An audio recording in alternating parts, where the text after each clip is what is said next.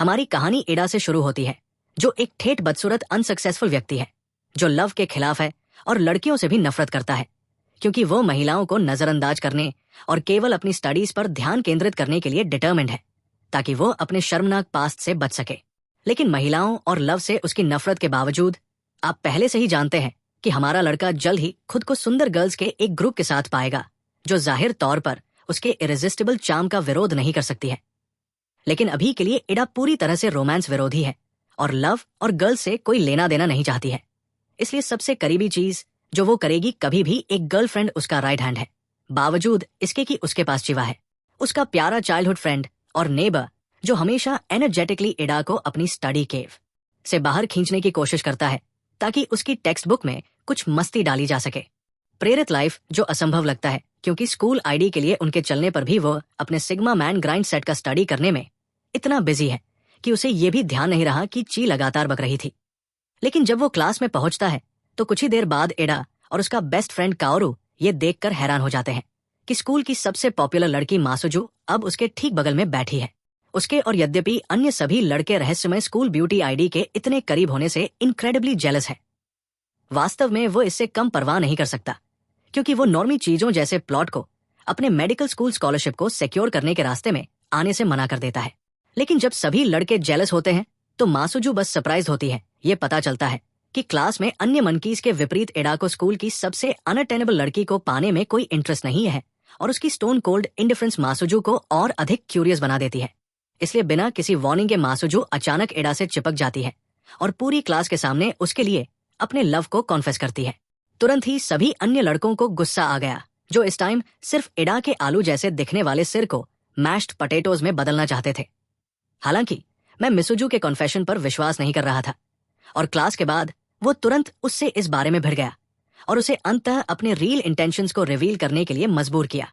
और जैसा कि ये पता चला, मासुजू को हर दिन मिलने वाले लव कॉन्फेशंस की एंडलेस स्ट्रीम से तंग आ चुकी थी, और चूंकि एडा भी उसकी तरह ही लव अपोज है, इसलिए वो चाहती है कि वो उसका फेक बॉयफ्रेंड बन जाए ताकि लूजर्स की एंडलेस स्ट्रीम को स्केयर कर सके। नेचुरली एडा उसके लिए गाती है। वो इस क्रेजी के साथ कुछ भी नहीं करना चाहता है और तुरंत मना कर देता है, लेकिन दुर्भाग्य से उसके लिए मासुजू ने एडा की डेथ नोट को बाहर निकाल दिया, उसकी सीक्रेट डायरी जो ओवर इमोशनल पोएम्स और टीनेज एंगर से भरी थी, जिसे उसने फेंक दिया था। उम्मीद है कि कोई भी कभी भी उस एम्बेरसिंग पास्ट को नहीं देखेगा जब वो हुआ करता था। लव में विश्वास करो, और ये देखकर एडा की पल्स तेज हो जाती है, उसकी पाल्म्स स्वेट से तर हो जाती है, उसके स्वेटर पर उल्टी होती है, माँ की स्पगेटी होती है, और अगर उसकी नोटबुक कभी बाहर आ गई तो मीडिया को एनोनिमिटी में जाने का खतरा होता है।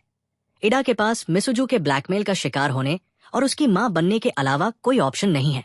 अब से फेक बॉयफ्रेंड उन दोनों के लव से कोई लेना देना नहीं होने के बावजूद। लेकिन जैसे ही सूरज घर वापस लौटता है, ची एडा और मासुजू की ओर दौड़ती है और उनका रास्ता रोकती है, क्योंकि वो एडा के बारे में अपना एंगर व्यक्त करती है कि उसने मासुजू के साथ अपने रिलेशनशिप को लोगों से सीक्रेट रखा है। हालांकि वो उसकी सबसे करीबी चाइल्डहुड फ्रेंड है, फिर भी मासुजू हस्तक्षेप करता है और पीसफुली चीवा से अपना इंट्रोडक्शन देता है। फिर अचानक एडा की बाह पकड़कर सबको सरप्राइज कर देता है और सजेस्ट करता है कि वे आगे बढ़े एक डेट, जिसमें ची पूरी तरह से अमेज्ड रह जाती है, क्योंकि वो अगले दिन लंच के दौरान कपल को एक साथ जाते हुए देखती है। एडा और उसका फ्रेंड एक साथ बैठते हैं और एडा को अचानक एक ब्यूटीफुल गर्लफ्रेंड मिलने पर अपने सरप्राइज पर डिस्कस करते हैं, और किसी तरह प्रतिक्रिया में उसके लव अपोज्ड विश्वासों के बावजूद आइडल लगातार इस बात पर रिग्रेट जताता है। दूसरों द्वारा गॉसिप का सब्जेक्ट बनना एक अनकंफर्टेबल सिचुएशन है। अचानक कोरू टॉपिक बदल देता है और पूछता है कि क्या चीवा उस दिन स्कूल आया था। लेकिन एडा अनसर्टेन है, क्योंकि जब से चीवा ने मासुजू के साथ डेटिंग शुरू की है तब से वो दूर हो गया है, जो कोरू को एडा को एनकरेज करने के लिए प्रेरित करता है। चीवा के साथ डिस्कम्फर्ट को हल करने के लिए, क्योंकि वो उसके लिए फैमिली की तरह है। अपनी नई हॉट गर्लफ्रेंड के साथ घर के रास्ते पर एडा मासुजू के साथ कुछ साझा करने की कोशिश करती है, लेकिन वो तुरंत उसे चुप करा देती है, क्योंकि वो दावा करती है कि वो पहले से ही जानती है कि वो क्या कहने वाला है, और बस एडा से पूछती है कि वो क्या कहना चाहता है। अगले दिन चीवा को उसके पास ले आओ, जो एडा को कंफ्यूज करता है, जबकि मासुजू खुशी से उसे अगली सुबह का इंतजार करने की सलाह देता है। एडा चीवा को मासुजू के पास ले जाती है, केवल उसे किसी अननोन कारण से एक स्टाइलिश किमोनो पहने हुए पाती है, जो सरप्राइज करती है चीवा। लेकिन जब गैंग चीवा और उनके बीच हाल ही में हुई वर्ड सिचुएशन के बारे में बात करता है तो मासुजू को ची के रिस्पॉन्सेस से पता चलता है कि वो गुस्से में है, क्योंकि वो मैन के अटेंशन को आकर्षित करने के लिए स्ट्रगल कर रही है, शायद इसलिए क्योंकि उसके पास प्लॉट की कमी है जो मिसुजू को मदद की ऑफर करने के लिए प्रेरित करता है, क्योंकि वो इडा की डेथ नोट निकालती है और किसी भी आदमी को चीवा के लिए आकर्षित करने का प्रॉमिस करती है। और हालांकि चीवा शुरू में मना कर देती है, लेकिन अंततः वो सहमत हो जाती है। और इसके साथ ही मासुजू यंग विमेन को प्रॉपर मैनर्स और एटिकेट सिखाने के लिए एक क्लब बनाने का फैसला करती है, जो एक सोफिस्टिकेटेड और क्लासी वुमन होने का मीनिंग फिर से डिफाइन करता है। लेकिन जब चीवा एक प्रॉपर वुमन बनने के लिए एक्साइटेड होती है, इडा दुर्भाग्य से अगले दिन उसी एक्साइटमेंट को शेयर नहीं करती है। क्लब की एक्टिविटीज ऑफिशियली शुरू होती है और चीवा और मासुजू तुरंत काम पर लग जाते हैं। चीवा को साकागामी नामक एक popular third year basketball player को लुभाने के लिए एक टारगेट सेट करते हैं, जिसे चीवा ने लंबे टाइम से क्रश किया है। कुछ टाइम के लिए क्रशिंग, और इसे प्राप्त करने के लिए वे चीवा को साकागामी भाई से दोस्ती करने और गिटार प्लेयर होने का नाटक करने की योजना बनाते हैं। उनकी योजना वैसी नहीं चलती जैसी कि, हालांकि वे इस बात पर ध्यान देने में विफल रहे कि चीवा को गिटार का यूज करने के बारे में कुछ भी पता नहीं है, और वो खुद को एम्बरस्ट करती है और गिटार को उसके केस से निकाले बिना ही भाग जाती है। और चीवा मासुजू द्वारा इस पूरी फेस को देखने के बाद अनुमान लगाती है कि चीवा क्लब छोड़ देगा, लेकिन उसके सरप्राइज के लिए चीवा पीसफुली टी का आनंद लेते हुए वापस लौटता है, बिना किसी दुख के निशान के। इसलिए गैंग जल्दी से शर्मनाक मोमेंट को भूल जाता है और साकागामी को अट्रैक्ट करने के नए तरीके सोचने की कोशिश करता है कि तभी मसुजू सजेस्ट करता है कि एक को अट्रैक्ट करने का सबसे अच्छा तरीका है आदमी अपनी प्लान दिखाकर और आइडिया को अपनी प्लान का समरी में खुलासा करके मजाकिया ढंग से टीज करता है, जबकि चिवा पूरी तरह से अनअवेयर है कि क्या हो रहा है। लेकिन जब वे टॉपिक पर वापस आते हैं तो आइडिया बताती है कि चिवा क्लब छोड़ने के लिए बहुत स्टबर्न है जब तक वो उसकी विश पूरी नहीं करती गोल के रूप में। वो याद करती है कि कैसे मिडिल स्कूल में चिवा से केंडो टीम का स्टार बनने की उम्मीद की जाती थी, लेकिन एक एक्सीडेंट का शिकार हो गई जिसने उसके हिप को सीरियसली अफेक्ट किया, और एक्सटेंसिव रिहैब के बाद वो एक ऐसे पॉइंट पर पहुंच गई जहां ये अब उसके डेली लाइफ में बाधा नहीं डालता था। लेकिन तब से वो अब स्पोर्ट्स में भाग नहीं ले सकती थी। उसने अपने प्रीवियस गोल्स को खो दिया था, लेकिन अब उसे अपने हार्ट की बात कहने के लिए कुछ नया मिल गया है। उसने तब तक हार नहीं मानने का फर्म डिसीजन लिया जब तक कि वो सगामी मम्मी नहीं बन जाती, और आइडिया को ये स्टोरी सुनाते हुए आखिरकार मसुजू समझ जाता है कि आइडिया और चिवा इतने क्लोज क्यों हैं।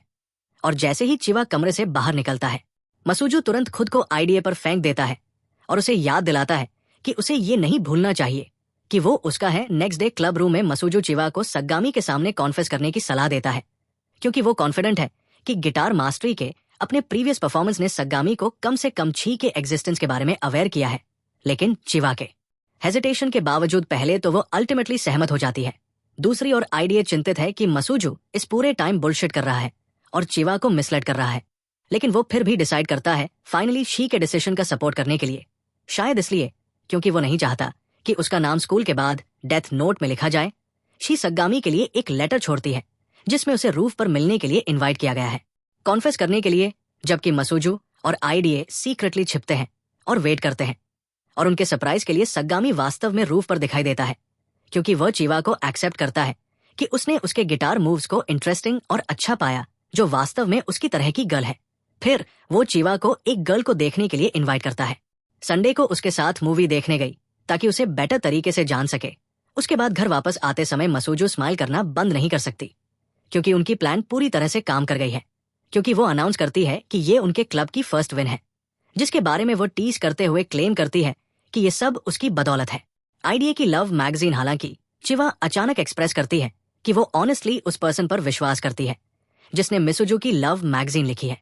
वो अमेजिंग लगता है क्योंकि वो सोचती है कि ये सरप्राइजिंग है कि वो उन सभी चीजों पर बिना अशेम्ड महसूस किए विश्वास करता है कि मैगजीन का असली ओनर आइडिया है, जो वास्तव में इनक्रेडिबली एम्बरस्ड है। बाद में उस रात डिनर टाइम आइडिया चिवा के गोल को कंप्लीट करने का सेलिब्रेट करने के लिए एक फुल फीस्ट तैयार करती है, लेकिन ये देखने के बाद कि आइडिया किसी अदर पर्सन के साथ डेट पर जाने को लेकर कितनी कंफर्टेबल और हैप्पी है, वो चिवा को उसके साथ डेट पर जाने के लिए कन्विंस कर लेती है। अचानक से वो थोड़ा सैड महसूस करने लगता है, और जब आइडिया एक टिपिकल अनअवेयर एमसी की तरह व्यवहार करती है तो वो इस क्वेश्चन का आंसर देती है कि वो क्यों सैड है जबकि उसने इसके लिए इतनी मेहनत की है। तो चिवा अचानक से क्राई करने लगती है और चिल्लाती है कि काश वह उससे कभी मिलती ही नहीं, और टीयर्स के साथ उसकी आंखों से बहते हुए वो आईडीए को ये समझने का मौका दिए बिना उसके घर से बाहर निकल जाती है कि अभी क्या हुआ, क्योंकि उसके ब्रेन सेल्स की हैवी कमी उसे इस फैक्ट से पूरी तरह से अनअवेयर बना देती है कि चिवा वास्तव में उससे प्यार करती है। एक फ्लैशबैक में जब चिवा घर से लौटा था एक्सीडेंट के बाद, हॉस्पिटल में भर्ती होने के बाद वो आईडीए से मिलने और उसका हालचाल जानने के लिए उसके घर पहुंची। हालांकि वो अभी पूरी तरह से ठीक नहीं हुई थी, लेकिन वो आईडीए की वेलबींग के बारे में चिंतित थी, क्योंकि उसके पेरेंट्स ने हाल ही में डिवोर्स ले लिया था और उसे छोड़कर अदर रिलेशनशिप्स में लग गए थे। और साथ में खाना खाते समय बाद में उसी दिन उन्होंने हाई स्कूल में प्रवेश के बाद अपने नए गोल्स पर डिस्कस की। लेकिन जबकि ची अभी भी नहीं जानती थी कि वो क्या करना चाहती थी। अब वो केंडो नहीं कर सकती थी। इडर ने खुलासा किया कि वो हार्ड वर्क से स्टडी करने और अच्छे ग्रेड्स प्राप्त करने की योजना बना रही है एक टॉप मेडिकल स्कूल में प्रवेश पाने के लिए, ताकि वो डॉक्टर बन सके और ची की इंजरी का प्रॉपर ट्रीटमेंट करे। और ये सुनकर चिवा तुरंत बर्स्ट इनटू टीयर्स करने लगती है, क्योंकि उसने कभी नहीं सोचा था कि आईडीए उसके लिए ऐसा कुछ करेगी। नेक्स्ट संडे को चिवा सगामी से पहले डेट के लोकेशन पर पहुंच जाती है, जबकि आईडीए और मसूजू को केवल दूर से देखना होता है। लेकिन मसूजू एक वुमन की फॉरबिडन टेक्निक का यूज करता है और इस प्लॉट को उनके लिए भी एक रील डेट में बदलने की कोशिश करता है। लेकिन जब सगामी किसी रीजन से आखिरकार दिखाई देता है तो आईडीए को लगता है कि ची के साथ कुछ रॉन्ग है, और सगामी के पहुंचने के कुछ टाइम बाद ही ये एक्सेप्ट कर लेता है कि वो देर से आया क्योंकि वो किसी अदर वुमन के साथ डेट पर गया हुआ था। और उसने खुलासा किया कि उसने चिवा को केवल प्रैंक करने के लिए डेट पर बुलाया था, क्योंकि वो वास्तव में उसके जैसी लड़की में कभी इंटरेस्ट नहीं रखता था। इस बीच आईडीए ये देखकर टेरिफाइड हो जाती है कि उसके प्यारे दोस्त के साथ क्या हो रहा है। सगामी और उसके दोस्त बिना किसी गिल्ट के च्यू का मजाक उड़ाते हैं और उसे इंसल्ट करते हैं, इमोशनल डैमेज पहुंचाते हैं। और हालांकि किसी रीजन से आईडीए शाइनिंग आर्मर में एक नाइट की तरह दौड़ती है। वो तुरंत ऐसा एक्टिंग करना शुरू कर देता है जैसे वो कोई सुपर पावरफुल हीरो हो एक वीडियो गेम में, और यहां तक कि ये रियलाइज किए बिना कि ये उस तरह का एनीम नहीं है, एक एबिलिटी कास्ट करने की कोशिश करता है और उसे तुरंत बीटन हो जाता है। हालांकि उसकी अनडिनाइबल ब्रेवरी को देखने के बाद शाह ने पास की एक स्टिक पकड़ ली और अपने केंडो ट्रेनिंग का अच्छा यूज किया। वो एक के बाद एक सगामी और उसके फ्रेंड्स पर अटैक करती है और उन्हें तब तक मारती है जब तक वे वापस नहीं उठ सकते। लेकिन अंत में चिवा वास्तव में उन्हें कंफ्यूजन के साथ हरा देती है, क्योंकि वो सगामी से उसे मिसलेड करने के लिए अपॉलॉजी मांगती है और कबूल करती है कि वो वास्तव में उसे कभी पसंद नहीं करती थी और बस अग्री हो गई थी डेट पर जाने के लिए आईडीए को इतना अनअवेयर होने के लिए बदला लेने के लिए। जबकि आईडीए जमीन पर डिफीटेड हो गई है, अभी भी ये पता नहीं है कि चिवा उसके साथ लव में है। इस बीच मसूजू अपने फेक बॉयफ्रेंड के बिना घर लौटती है, जबकि एक अन्य गर्ल क्वाइटली ची को एक की देखभाल करते हुए देखती है। अगले दिन स्कूल में इडा को चोटें लगी और पीटा गया इडा को ये जानकर झटका लगा कि मासुजू आज स्कूल नहीं गई है, इसलिए स्कूल के बाद वो अपनी फेक प्रेमिका से मिलने उसके घर जाने की योजना बनाता है। लेकिन इसके बजाय वो सड़क पर अनएक्सपेक्टेडली उसके पास आती है और जैसे ही वो उसे देखती है वो उसे अपने साथ ले जाती है। दोनों एक साथ घर वापस आते हैं। इडा मासुजू को पिछले दिन सीक्रेटली छड़ी फेंकने के लिए धन्यवाद देती है ताकि वो उसे बचा सके, और जवाब में मासुजू ने स्वीकार किया कि वो दूसरों की सेल्फलेसली मदद करने की सिंसेरिटी के लिए इडा की प्रशंसा करती है और फिर उसे मौका मिलने से पहले तुरंत उसे किस कर लेती है। जवाब दें।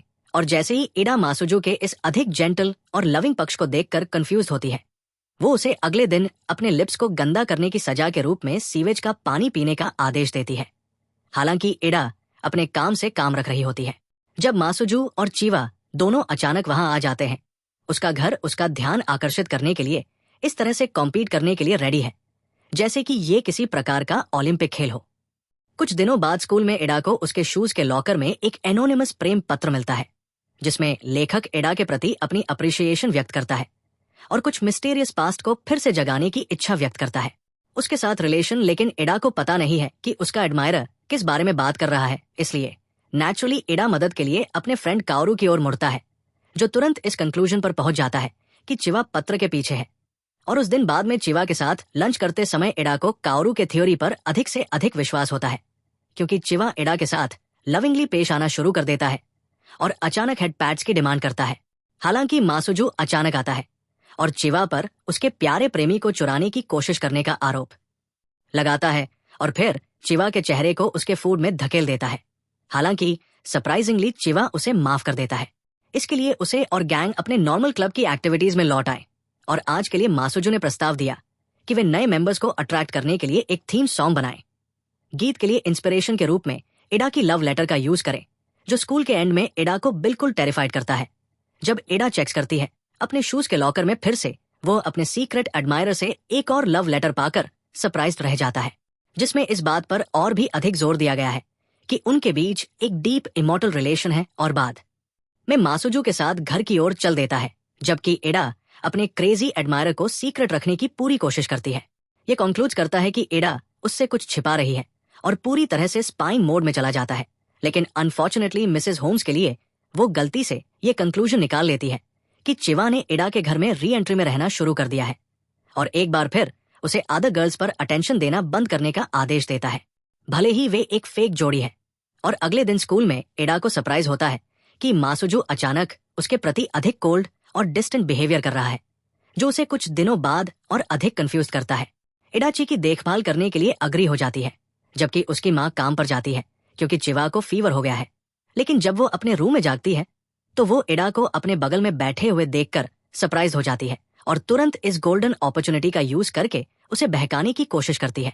उसे क्लीन करने में मदद करने के लिए कहती है, जिस पर एडा सडनली होने वाली वियर्ड सिचुएशन के बावजूद अग्री हो जाती है। हालांकि एडा की शार्प नजरची के रूम में उसकी खुद की चॉपस्टिक्स की एक जोड़ी को देखती है और बिना किसी शर्म के चिवा कबूल करती है कि उसने बिना पूछे उन्हें चुरा लिया है, क्योंकि ये चॉपस्टिक्स उसे याद दिलाती है प्राइसलेस यादों का और एडा के साथ उसके बॉन्ड के एक छोटे से टाइम कैप्सूल के रूप में काम करता है।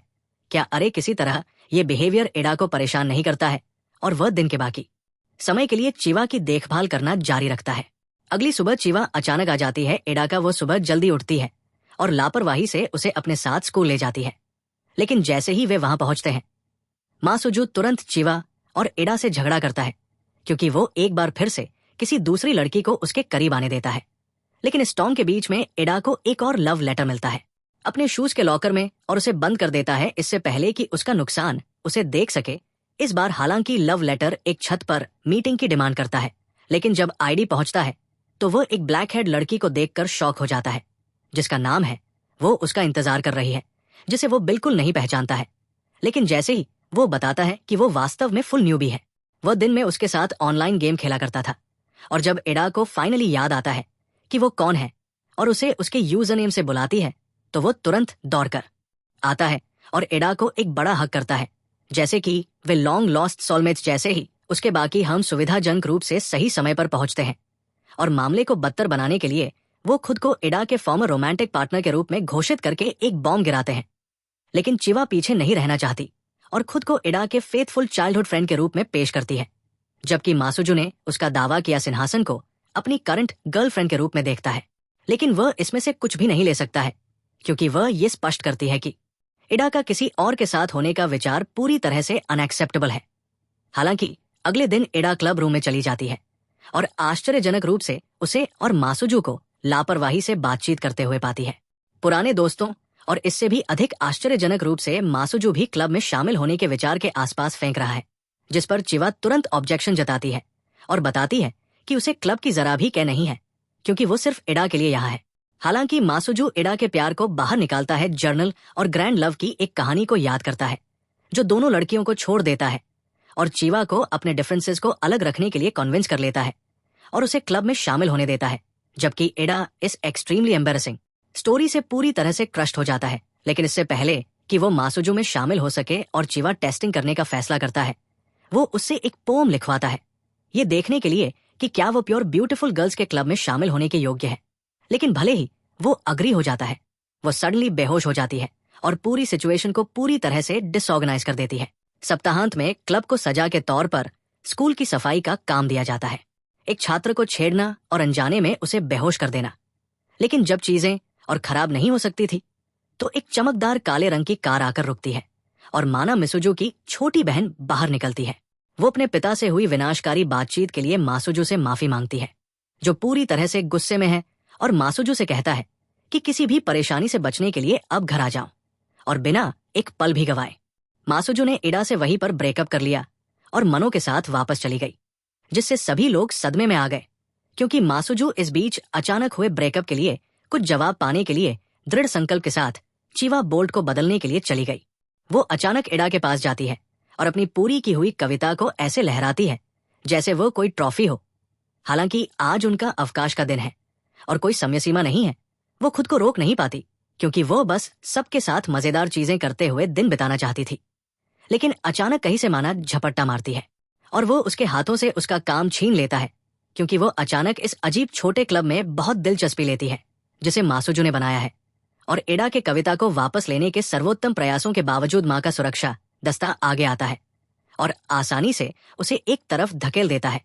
और जैसे ही माना जल्दी से उसके दिल से किए गए काम को देखती है, वो जोर से हंसने लगती है और उसे बचकाना कहकर उसका मजाक उड़ाती है, जिससे उसका दिल वहीं पर टूट जाता है। लेकिन एडा अब इस मतलबी लड़की की दिनचर्या को बर्दाश्त नहीं कर पाती है।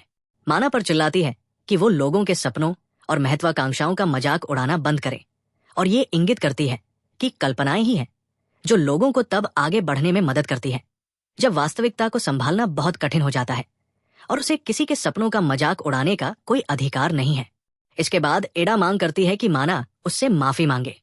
जैसे ही म्यू और ची वापस आ रहे थे और उस पल में वो उसके आंसू पोंछते हुए बहादुरी से बोलता है, क्योंकि वो बताती है कि पहली बार उसे एक ऐसी जगह मिली है जहां वो वास्तव में स्वीकार की गई है और वो मासुजू और चिवा के साथ क्लब में शामिल होना चाहती है। साइड वर्ड्स कि यहां तक कि मासुजू को स्थानांतरित करने का प्रबंधन करता है और इसके साथ ही मासुजू खुशी से क्लब में उसका स्वागत करता है, जबकि एक साथ अपने पिता को देखने के लिए माना के साथ जाने से इनकार कर देता है, जो उसकी छोटी बहन को बिल्कुल गुस्सा दिलाता है। और जब धूल जम गई तो मासुजू ने एडा को हमेशा एक भरोसेमंद व्यक्ति होने के लिए धन्यवाद दिया, जबकि उसे याद दिलाया कि वो केवल उसका है और गिरोह अपने क्लब में नवीनतम सदस्य का जश्न मनाता है। कुछ समय बाद एडा अस्पताल में चौंक कर जागती है और भ्रमित होकर उसे पाती है किसी कारण से बिल्कुल खाली हाथ उसके बगल में लेटा हुआ है। और जैसे कि ये पर्याप्त अराजकता नहीं है, एक पल के लिए चिवा और मासुजू बाहर उसका नाम पुकार रहे हैं। उनका वियो हर सेकंड के करीब आ रहा है। इस बीच वो शांति से एडा को आराम करने के लिए कहता है, जो स्पष्ट रूप से नहीं करता है। ये बिल्कुल भी काम नहीं करता है जब आपके सामने साजिश के पहाड़ खड़े हों। और जब अस्पताल का दरवाजा अचानक खुलता है तो एडा सहज रूप से एक पर्दे के पीछे छिप जाती है, ये सुनिश्चित करते हुए कि वो हत्या किए जाने से कुछ ही क्षण दूर है। इस बीच मासुजू और चिवा को ये दृश्य दिखाई देता है कि वो भागने की कोशिश कर रहा है। खुद को एक कंबल से ढक लेती है, लेकिन जबकि मासुजू इस स्वर्गीय दृश्य से अप्रभावित है, वो निश्चित रूप से संदिग्ध है और ये जानना चाहती है कि एडा कहाँ है। और उसके भयानक अभिनय के बावजूद कि उसे कोई सुराग नहीं है कि एडा कहाँ है। मासुजू उसे याद है कि उसने कहा था कि वो अस्पताल जा रहा है क्योंकि वो बीमार महसूस कर रहा था, जिसे वो ये कहकर टालने की कोशिश करता है कि उन्होंने हवा की आवाज सुनी होगी। इस बात से अनजान की लड़कियां स्पष्ट रूप से एडा के पैरों को बाहर निकलते हुए देख सकती हैं। ये वो क्षण था जब उसे पता चला कि वो उठ गया है। लेकिन इससे पहले कि मासुजू पर्दा खींचकर एडा फूमी को प्रकट कर सके, अनुशासन समिति की एक सख्त सदस्य उनकी हरकतों को खत्म करने के लिए आती है और मांग करती है कि मासुजू उसके क्लब को भंग कर दे, जबकि एडा अभी भी अजीब तरह से पर्दे के पीछे छिपी हुई है। लेकिन मासुजू साफ मना कर देती है, जबकि चिवा फूमी को ये सुझाव देकर नाराज करती है कि वो क्लब को सिर्फ इसलिए खत्म करना चाहती है क्योंकि वो उनसे ईर्ष्या करती है, क्योंकि वो एक प्रेमी खोजने में असमर्थ है। लेकिन जवाब में फूमी चिल्लाती है कि उसका वास्तव में एक प्रेमी है और घबराहट में हकलाते हुए दावा करती है कि वो एक बूढ़ा आदमी है जो जाता है एक अलग स्कूल। लेकिन मासुजू और चिवा जानते हैं कि वो झूठ बोल रही है, खासकर जब ये स्पष्ट है कि वो अपने प्रेमी के लिए एक नाम के साथ आने के लिए संघर्ष कर रही है और लड़कियां पूरी तरह से प्रभावित नहीं होती है। लेकिन इसके बावजूद अगले दिन अनुशासन समिति अभी भी अस्थायी रूप से अपने क्लब को बंद कर देती है। जब गर्मी की छुट्टियां आती हैं तो एडा एक सामान्य बेवकूफ की तरह स्कूल के लिए साइन अप करता है, लेकिन उसका भाग्य ये होता है कि उसे उसी कक्षा में रखा जाता है। फूमी जल्द ही नया जोड़ होगा, उसकी बढ़ती हानि और स्वाभाविक रूप से इस बेवकूफ के साथ जोड़ी बनाना उसे बहुत खुश करता है, क्योंकि वो अजीब तरीके से उससे संपर्क करने की कोशिश करती है, जबकि दिखावा करती है कि वो उसमें कोई दिलचस्पी नहीं रखती है। पढ़ाई के एक लंबे दिन के बाद उसकी छेड़खानी की सारी कोशिशें पूरी तरह से विफल हो जाती है। एडा को लगता है कि वो आखिरकार आजाद है, जब तक मासुजू उसे एक कैफे में बुलाता है और डरता है कि वो अपने सभी शर्मनाक रहस्यों को उजागर करेगी। एडा एक बिल्ली की तुलना में तेजी से वहां पहुंचती है जो लेजर पॉइंटर का पीछा करती है, और एक बार जब वे मिलते हैं तो मासुजू अपनी नवीनतम योजना का खुलासा करती है, क्योंकि वो फुयुमी को लिवरेज के रूप में उपयोग करने की साजिश कर रही है ताकि वो अपने आप को बनाए रख सके। क्लब को भंग होने से बचाने के लिए, और निश्चित रूप से एडा को उसकी योजनाओं में शामिल किया गया है, चाहे वो इसे पसंद करे या नहीं। अगले दिन क्रैम स्कूल में फूमी अपनी विशिष्ट अजीबता के साथ फिर से एडा से संपर्क करने की कोशिश करती है और काओरू में उसके साथ शामिल हो जाती है दोपहर का भोजन। लेकिन जब एडा ने लापरवाही से भोजन की प्रशंसा की तो उसका दिल व्यावहारिक रूप से सोरेस हो गया और वो अचानक खुद को अपने सामान्य गंभीर व्यवहार को बनाए रखने में असमर्थ पाती है और पूरे दिन वो अपने चेहरे पर एक बड़ी मुस्कान के साथ घूमती है, जिससे राहगीरों को लगता है कि वो एक अच्छी लड़की है। अगले दिन पूरी तरह से अजीब, काओरू और फूमी ने एडा को आतिशबाजी प्रदर्शन में शामिल होने के लिए आमंत्रित किया, लेकिन एडा ने मना कर दिया और इसके बजाय क्रैम स्कूल के अध्ययन कक्ष में अपनी नाइट बिताने का ऑप्शन चुना। लेकिन जब फूमी ने जोर देकर कहा कि वो उनके साथ आए तो आईडीए ने सहजता से मेंशन किया कि उसे फायरवर्क्स देखनी चाहिए। इसके बजाय अपने बॉयफ्रेंड के साथ फायरवर्क्स करती है, जो फूमी को पूरी तरह से शॉक कर देती है और उसे उस दिन बाद में आईडीए को इनवाइट करने की कोशिश करने के लिए मजबूर करती है। जबकि हर कोई डिनर के लिए इकट्ठा होता है, मसूजू ने आईडीए को डेट करने के लिए अपनी मास्टर प्लान का खुलासा किया। फूमी ने उसे हिंट के लिए सिर से पांव तक गिरा दिया और फिर बूम वे उसे क्लब को फिर से स्थापित करने के लिए मैनिपुलेट कर सकते हैं, जो कि चिवा और वो आश्चर्यजनक रूप से ठीक है। लेकिन जब आईडीए ने मना कर दिया तो उसने अपनी डायरी को जोर से पढ़ा और लंबे समय से भूली हुई यादों को सामने लाया, जब आईडीए और भी अधिक इंडिपेंडेंट थी। गिगा क्रिंजलॉर्ड अंततः उसे इंसल्ट करता है जब तक वह एक्सेप्ट नहीं करता है और मासू की मास्टर प्लान शुरू होने के लिए तैयार है। उन्होंने आईडीए और फूमी को चिवा और कौरू के साथ एक डबल डेट पर सेट किया ताकि चिवा आईडीए के लिए फूमी के साथ अकेले रहने का अपॉर्चुनिटी बना सके, जबकि मसूजू सीक्रेटली उनका पीछा करता है दूर से एक ईयरपीस पहनकर। लेकिन जैसे ही वे साथ साथ चलते हैं, फूमी अचानक आईडीए के साथ कॉन्वर्सेशन शुरू कर देती है और अपने किंडरगार्टन के दिनों की मेमोरीज में खो जाती है, जिससे वो शर्मा जाती है। हालांकि आईडीए को पता नहीं होता कि वो किस बारे में बात कर रही है। हालांकि शिवा कभी नहीं बताना चाहती। कोई और तुरंत हेडलाइंस चुरा लेता है, क्लेम करने लगता है और उनके बीच आ जाता है। हालांकि सचमुच उसका काम आईडीए और एफयूआई को अकेले में साथ लाना है। और जैसे जैसे डेट आगे बढ़ती है, चिवा खुद को आईडीए के लिए अपनी फीलिंग्स को अलग रखने में असमर्थ पाती है और वो लगातार हर अपॉर्चुनिटी पर इंटरवीन करती है, जिससे उन्हें रोकने में मदद मिलती है। मिसुजू की ऑसम प्लान को सक्सेसफुल होने से रोकती है, जबकि कौरू बस इस बात से पूरी तरह परेशान होकर बैठी रहती है। और सबसे बड़ी बात यह है कि मसूजू भी खुद को पाती है। आईडीए के प्रति अपनी फीलिंग्स के कारण वो भटक जाती है और इस सब के पीछे मास्टरमाइंड होने के बावजूद फूमी की फ्लॉड पिक्चर्स लेना पूरी तरह से भूल जाती है। और दिन के अंत में प्लान फेल हो जाती है, इस बात से अनअवेयर की फूमी वास्तव में कुछ दिनों से आईडीए पर क्रश कर रही है। बाद में क्लास में आईडीए अपने काम में व्यस्त था, तभी उसकी नजर एक मिस्टीरियस नोटबुक पर पड़ी। लेकिन जैसे ही वो उसके सीक्रेट्स को जानने वाला था, फूमी कहीं से प्रकट हुई और उसने नोटबुक उसके हाथों से छीन ली, जिससे आईडीए का पूरा बैग बिखर गया। लेकिन उनमें से कोई भी बच नहीं सका। उसे रियलाइजेशन हुआ कि घबराहट में फुयुमी ने मिस्टेकनली आईडीए का बैग छीन लिया था और अपना बैग वही छोड़ गई थी जिसमें उसकी एम्बेरसिंग क्रिएशंस भरी हुई थी, जिन्हें देखने के बजाय वो मरना पसंद करेगी।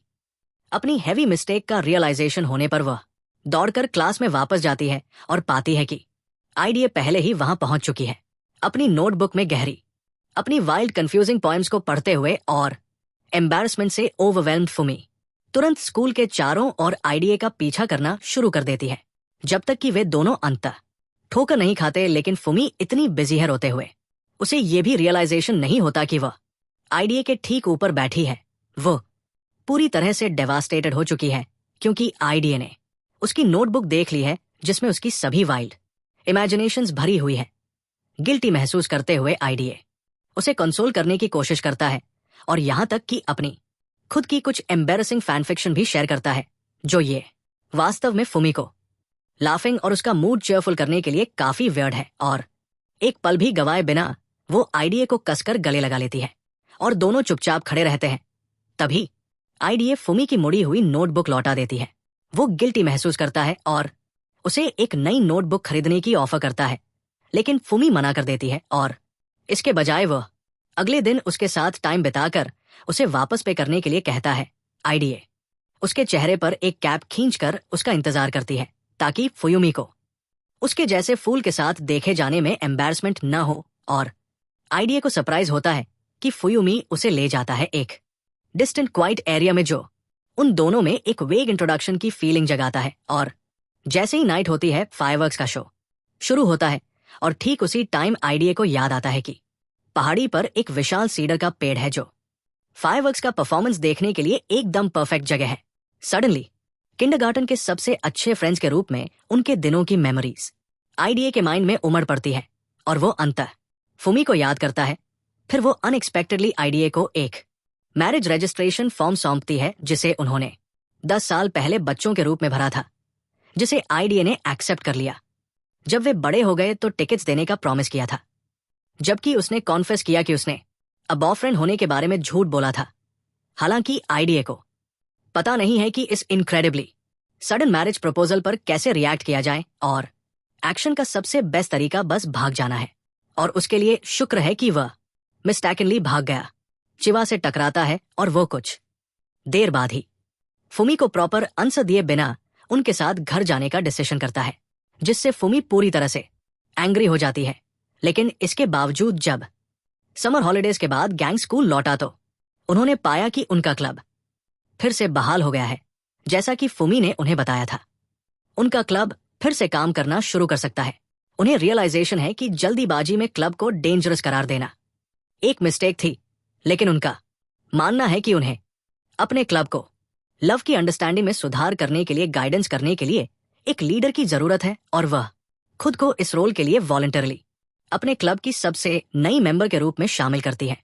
मेंबर सीएच दूसरी ओर वॉन इस आइडिया के पूरी तरह से खिलाफ है, लेकिन वो अनविलिंगली इसे एक्सेप्ट करती है, ये जानते हुए कि अगले दिन क्लब रूम में उसके पास कोई और ऑप्शन नहीं है। हालांकि चिवा और फुयुमी के बीच टेंशन क्लियर है और वे कॉन्स्टेंटली लड़ते हैं।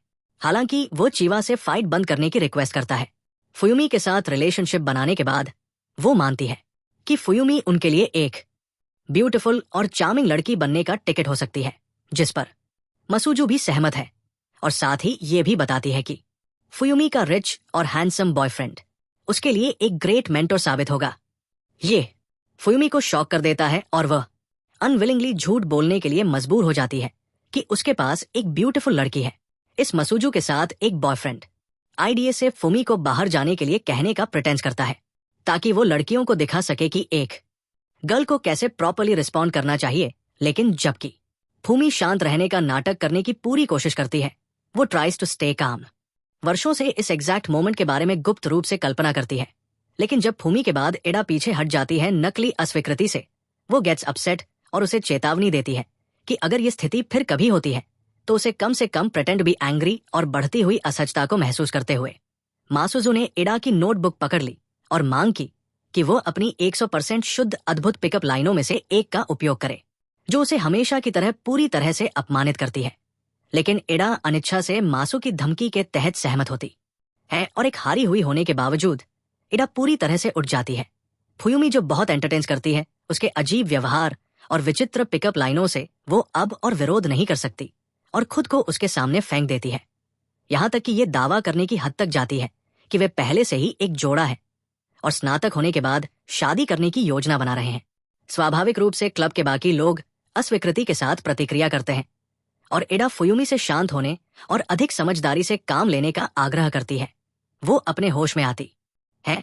फुयुमी जोर देकर कहती है कि वो केवल अपने पैरों से बच जाने का नाटक कर रही थी, लेकिन उसकी ईमानदारी पर डाउट किया जाता है। इस बीच चिवा फुयुमी को चेतावनी देती है कि वो एडा का बच्चा है। खुद मित्र फुयुमी को उसकी अनुमति लेनी चाहिए। एडा को गले लगाने से पहले फुमी तुरंत ये बताकर चुप हो जाती है कि वह भी एडा का बचपन का दोस्त उसे 10 साल से जानता है, जो कि चिवा से काफी अधिक समय से है। एक ऐसा रहस्योद्घाटन जो उस दिन बाद में चिवा के दिल को तोड़ देता है। एडा एक खौफनाक व्यक्ति की तरह बाथरूम के बाहर चिवा का इंतजार करता है, क्योंकि वो जानना चाहता है कि वो अचानक इतनी परेशान क्यों है। और पहले तो चिवा इसे नजरअंदाज करता है, लेकिन एडा उसे समझ जाती है और समझाती है कि उनकी दोस्ती की गहराई मायने रखती है, न कि ये कि उसे पहले कौन जानता था। जिससे अगले दिन ची का मूड तेजी से अच्छा हो जाता है। जबकि मासुजू के साथ डेट पर एडा उससे स्विमसूट की खरीदारी के लिए चिवा के साथ जाने की अनुमति मांगती है और उसे आश्चर्य होता है। मासुजू इस बात से सहमत है क्योंकि वो स्वीकार करती है कि एडा के बचपन के दोस्तों का उसके जीवन में एक विशेष स्थान है जिसकी वो बराबरी नहीं कर सकती है। इसलिए अगले दिन एडा और चिवा मिलते हैं और पाते हैं कि मासुजू ने अप्रत्याशित रूप से उनके साथ शामिल होने का फैसला किया है, जिससे चिवा के बीच बहस शुरू हो जाती है और मासुजू जो हमेशा की तरह एडा पर झगड़ते हैं। इस बीच वह और फूमी बस एक साथ क्षेत्र में होते हैं और उन्होंने दूर से तर्क देखा, और एक बार जब वे वास्तव में स्टोर में पहुंचते हैं तो लड़कियां लड़ना जारी रखती हैं। वो एडा का ध्यान आकर्षित करता है और अंततः एक दोस्ताना प्रतियोगिता आयोजित करने के लिए सहमत होता है, ये देखने के लिए कि किसका स्विमसूट एडा को अधिक आकर्षित करेगा। लेकिन जब लड़कियां कपड़े बदलती है तो वो एडा को स्विमसूट पर अपनी राय जानने के लिए फिटिंग रूम में खींच लेता है, जिसके लिए एडा को अपनी पूरी ताकत लगानी पड़ती है ताकि वो उसके शरीर को छूने से बच सके। लेकिन जैसे ही वो एक निराशाजनक स्थिति से बचता है, उसे वापस दूसरी स्थिति में घसीटा जाता है, क्योंकि फुयुमी उसे अपनी भावी शादी के लिए कपड़े पहनने की कोशिश करते देखने के लिए खींचती है। लेकिन जब अन्य लड़कियां आती हैं और अपने सामने पागलपन होते हुए देखती हैं, तो वे अंततः निर्णय लेती है कि सबसे अच्छी बात यह है कि एडा को उनमें से प्रत्येक के साथ बराबर समय बिताना है, जिसमें एडा की कोई भूमिका नहीं है। लेकिन योजना काम करती है और एडा पाता है कि वो एक के बाद एक अपनी सभी वाइफस के साथ गुणवत्तापूर्ण समय बिता रहा है। लेकिन बाद में घर जाते समय एडा मासुजू को पकड़ लेती है असामान्य रूप से शांत रहना और उससे पूछना कि उसके मन में क्या है। जवाब में वो स्वीकार करती है कि वो थोड़ा अलग थलग महसूस करती है, क्योंकि उसका उसके साथ अतीत नहीं है जैसा कि अन्य लोगों का है। लेकिन एडा उसे दिलासा देती है और उसे आश्वस्त करती है कि वे साथ में बहुत सारी नई यादें बनाएंगे। उस क्षण से आगे अचानक एडा को अपनी चाची सेको उनकी ओर आती हुई दिखती है। वो उनका गर्मजोशी से स्वागत करती है, लेकिन अचानक सेको ये पूछकर सबको चौंका देती है कि उनमें से कौन एडा का प्रेमी है, जिससे मासुजू आत्मविश्वास से आगे बढ़ता है और खुद को उसकी प्रेमिका घोषित करता है।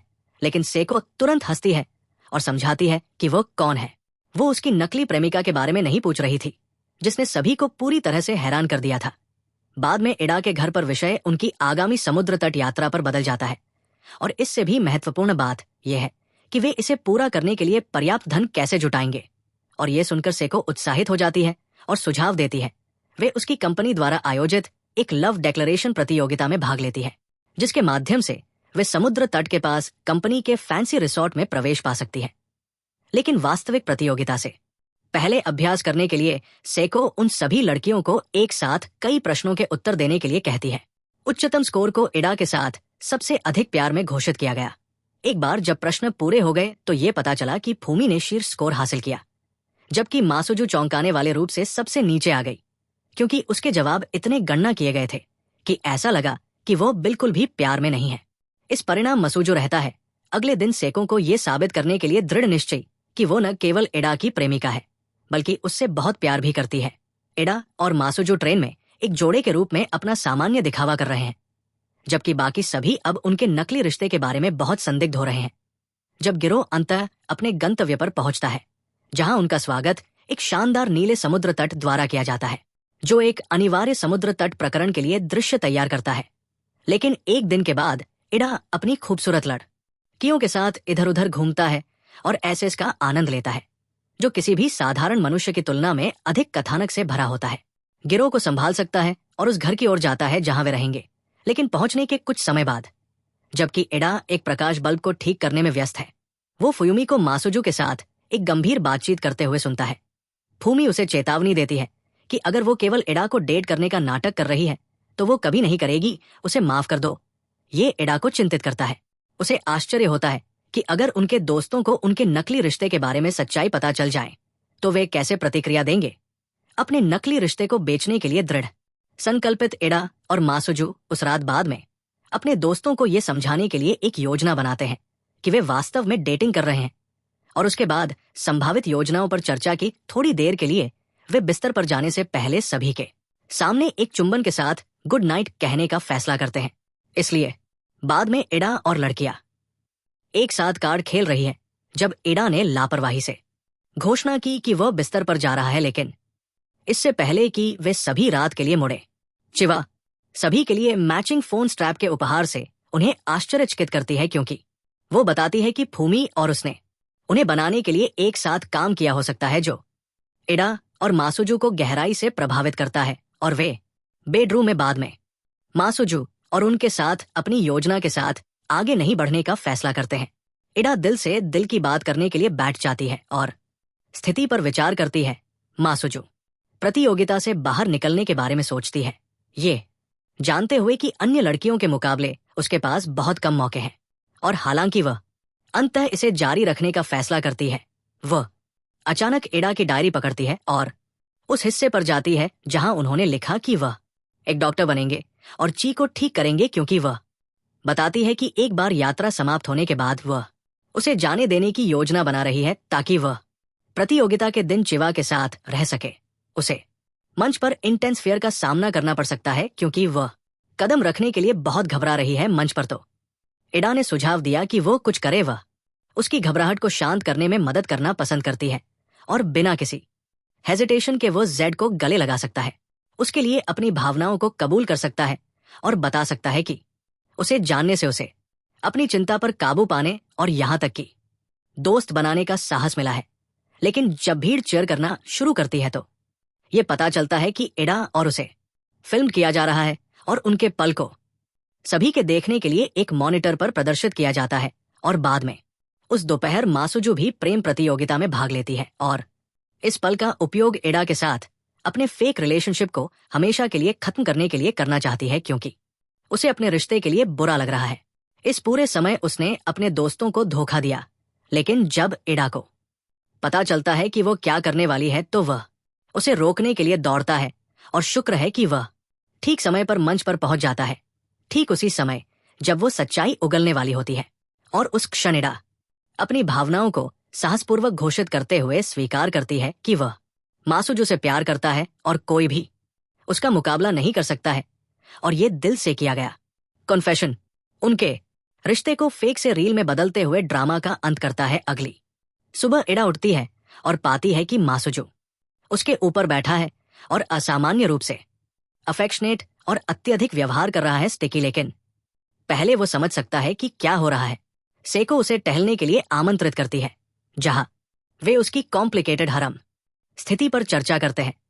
और सेको स्पष्ट रूप से एडा को सलाह देती है कि या तो सभी को मासुजू के साथ अपने रिश्ते को एक्सेप्ट करने के लिए कहें या उन्हें उससे हेट करने दे, ताकि लड़कियों को और अधिक हर्टेक न हो।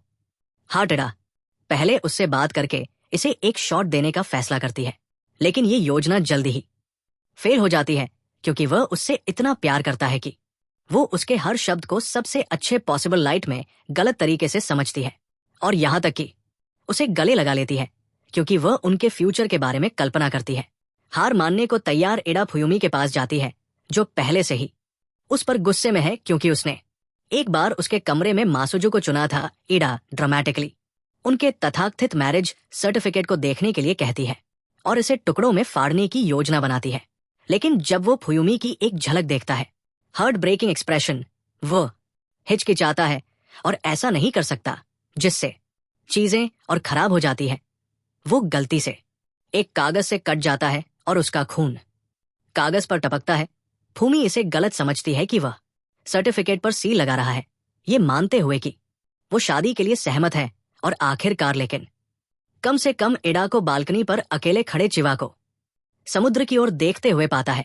वह पूछता है कि क्या वो मासुजू के साथ होने के कारण परेशान है, और वो चुपचाप कुछ आंसू गिरने देती है। लेकिन उसे सांत्वना देने की कोशिश करते समय एडा चौंक जाती है जब चिवा अचानक मुड़ता है चारों ओर और उसके लिए अपने प्यार को कबूल करता है। और जैसे कि चीजें अधिक कॉम्प्लिकेटेड नहीं हो सकती हैं, मासुजू कहीं से भी प्रकट होता है और पूछता है कि क्या वो इस पल में शामिल हो सकता है, जबकि एडा पूरी तरह से कंफ्यूज्ड और अपनी गर्लफ्रेंड और अपने चाइल्डहुड बेस्ट फ्रेंड के बीच फटा हुआ महसूस करता है। ये सुनिश्चित नहीं है कि कौन सी लड़की उसकी है दिल वास्तव में उसे आज के एनीम रिकैप को देखने के लिए धन्यवाद की ओर ले जा रहा है। मेरे अन्य वीडियो को देखना सुनिश्चित करें या रिज राक्षस आपको ढूंढ लेंगे।